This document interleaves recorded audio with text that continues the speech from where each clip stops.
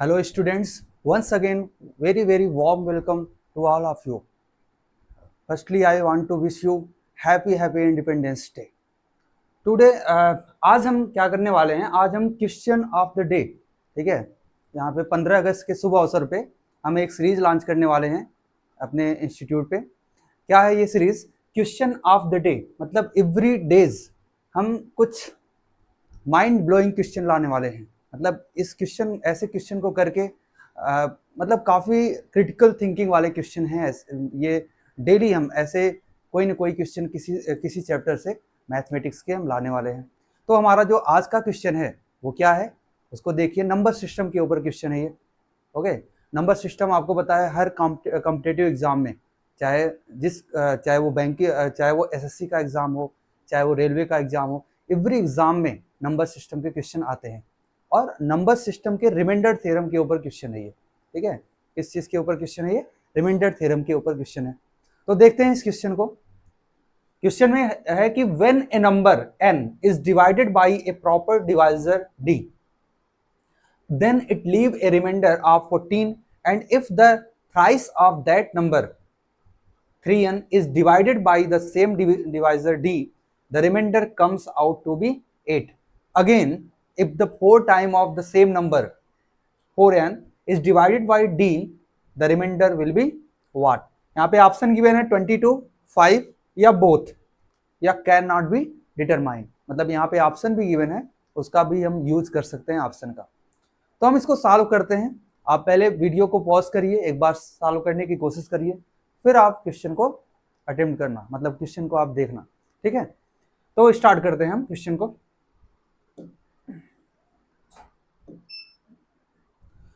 देखिए क्या है कि यहाँ पे गिवन है आपको डी गिवन है और एक नंबर है। जैसे एग्जांपल के लिए एक नंबर है n, n को अगर आप d से डिवाइड करते हो, डिवाइजर से डिवाइड करते हो, तो जो रिमाइंडर आता है, रिमाइंडर r, वो यहाँ पे गिवन है रिमाइंडर r, ये 14 आएगा, 14।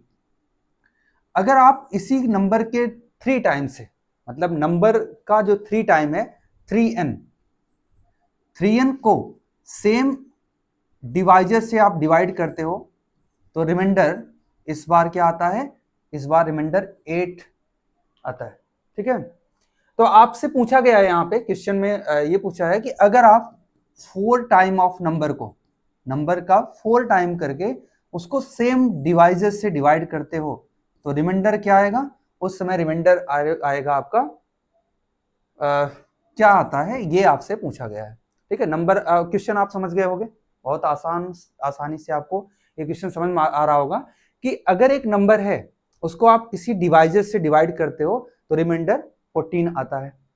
इसी नंबर का अगर थ्राइस करते हो, 3 टाइम्स नंबर का अगर आप किसी भी सेम डिवाइजर से, मतलब सेम डिवाइजर से डिवाइड करते हो, तो रिमाइंडर 8 आता है।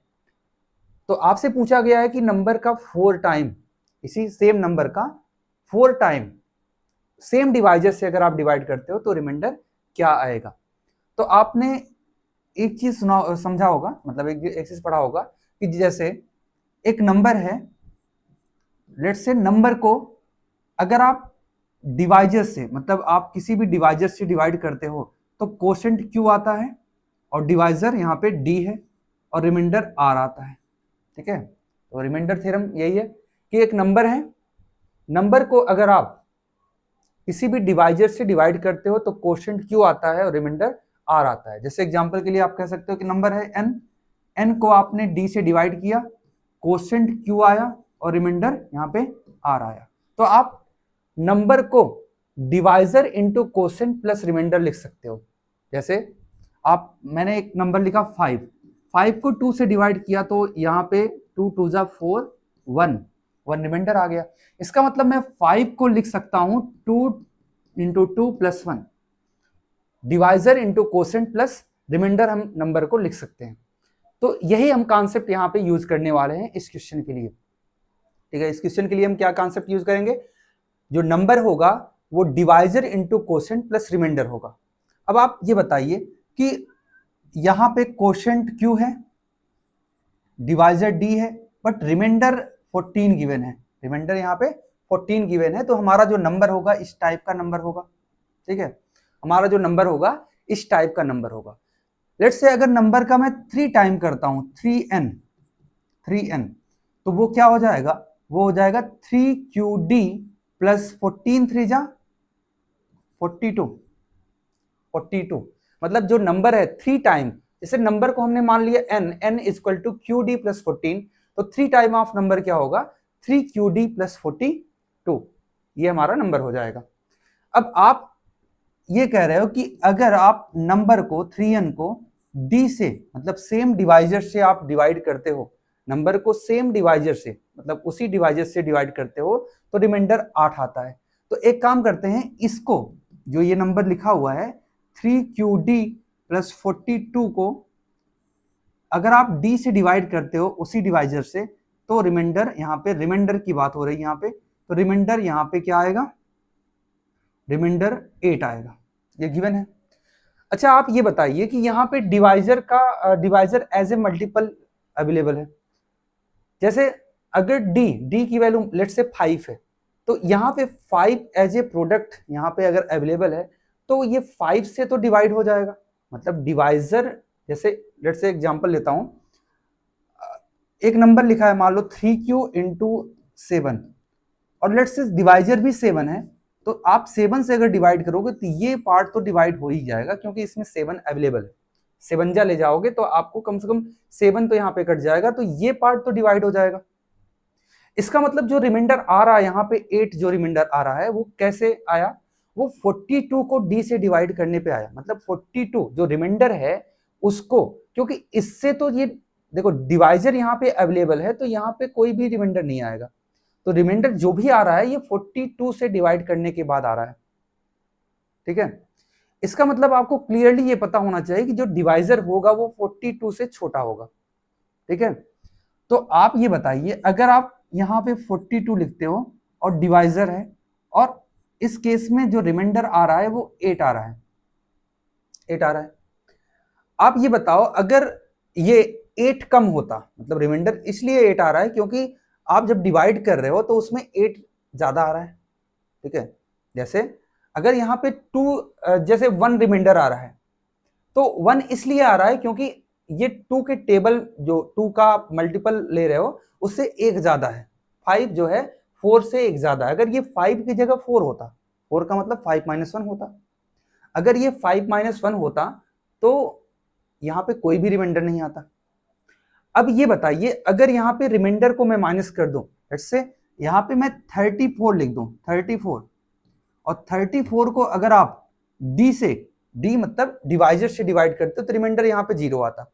तो इसका मतलब जो भी नंबर होगा, जो भी डिवाइजर होगा, अगर आप 34 से 34 में डिवाइड करते हो तो रिमाइंडर इस केस में 0 आएगा। इसका मतलब ये है कि जो डिवाइजर होगा ये ऐसा नंबर होगा, ऐसा कोई नंबर होगा जिससे 34 कंप्लीटली डिवाइड हो रहा है। तो नंबर 1 हो सकता है, 1 से तो डिवाइड होगा तो उस समय 0 आएगा ही। और 1 से तो ये भी बताओ, 1 से तो 42 भी डिवाइड करोगे 0 आएगा।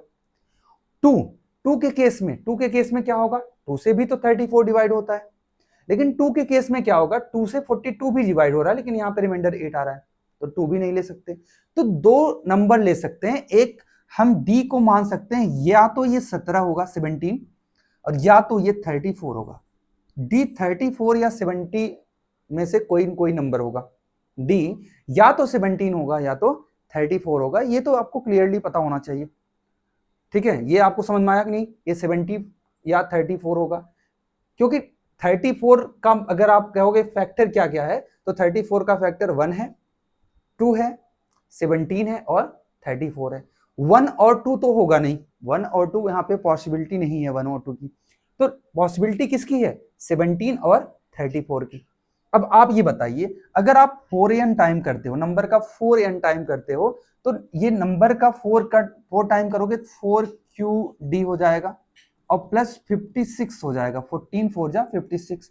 और अगर आप डिवाइड करते हो d से, तो रिमाइंडर क्या आने वाला है, देखो रिमाइंडर क्या आएगा, ध्यान देना, यहां से तो रिमाइंडर बनेगा नहीं, यहां से तो रिमाइंडर आएगा नहीं। अगर आप ये पार्ट d से डिवाइड होता है तो 0 रिमाइंडर आएगा। इसका मतलब 56 से अगर आप डिवाइड करते हो तो जो भी रिमाइंडर आने वाला है यही आएगा। आप ये बताओ, अगर डी की वैल्यू मैंने 17 रखी, तो 17 अगर डी की वैल्यू होगी तो क्या होगा, रिमाइंडर क्या आ सकता है? ठीक है, लेट्स से अगर डी की वैल्यू यहाँ पे 17 है, ठीक है, दो केस हो सकते हैं, डी की वैल्यू 17 होगी। अगर 17 यहाँ पे डी की वैल्यू हम कंसीडर करते हैं तो 17 टू जा होता है 34, 17 थ्री जा, देखो 17 टू जा होता है क्या 34, 17 थ्री जा होता है 51, मतलब 17 से डिवाइड करने के बाद ये 51 आ रहा है, मतलब रिमाइंडर यहाँ पे 5 आ रहा है। अगर आप 17 से डिवाइड करते हो तो रिमाइंडर 5 आएगा। अगर आप 34 से डिवाइड करते हो तो 34 टू जा होता है 68, मतलब 1 जा ही जाएगा 34 के केस में। और 34 से अगर डिवाइड करोगे तो रिमाइंडर यहाँ पे 22 आने वाला है। रिमाइंडर क्या आएगा 22। इसका मतलब यहाँ पे दो पॉसिबिलिटीज होंगी, या तो रिमाइंडर 5 आएगा और या तो रिमाइंडर 22 आएगा। रिमाइंडर 5 या 22 आएगा, इसका मतलब ये ऑप्शन 22 भी सही है और 5 भी सही है। क्या आप इसको मार करोगे? नहीं। क्या आप इसको मार करोगे? ये भी नहीं हो सकता। तो क्या होगा? दोनों होगा, मतलब इसका आंसर बोथ होगा। तो ये हमारा रहा आज का जो क्वेश्चन ऑफ द डे है, और ये काफी अच्छा क्रिटिकल थिंकिंग वाला क्वेश्चन था। मतलब इसमें आप अगर आप इसको अटेम्प्ट करते हो पहले बिना सोल्यूशन देखे तो ये काफी मुश्किल क्वेश्चन है। ओके, तो ऐसे ऐसे हम डेली क्वेश्चन लाते रहेंगे जो कि आपको सोचने पे मजबूर करेगा। और आपको पता है कि सोचने से, मतलब आप जब क्वेश्चन पे थोड़ा वक्त गुजारते हो, थोड़ा आप कुछ टाइम देते हो क्वेश्चन पे और सोचते हो, समझते हो क्वेश्चन को, तो इससे आपकी जो IQ है वो भी इंक्रीज होती है। तो आज के लिए इतना ही, मतलब ये क्वेश्चन ऑफ डे का फर्स्ट क्वेश्चन था। कल मैं एक दूसरे क्वेश्चन के साथ यहाँ पे प्रस्तुत होऊंगा। तो आज के लिए इतना ही। Thank you.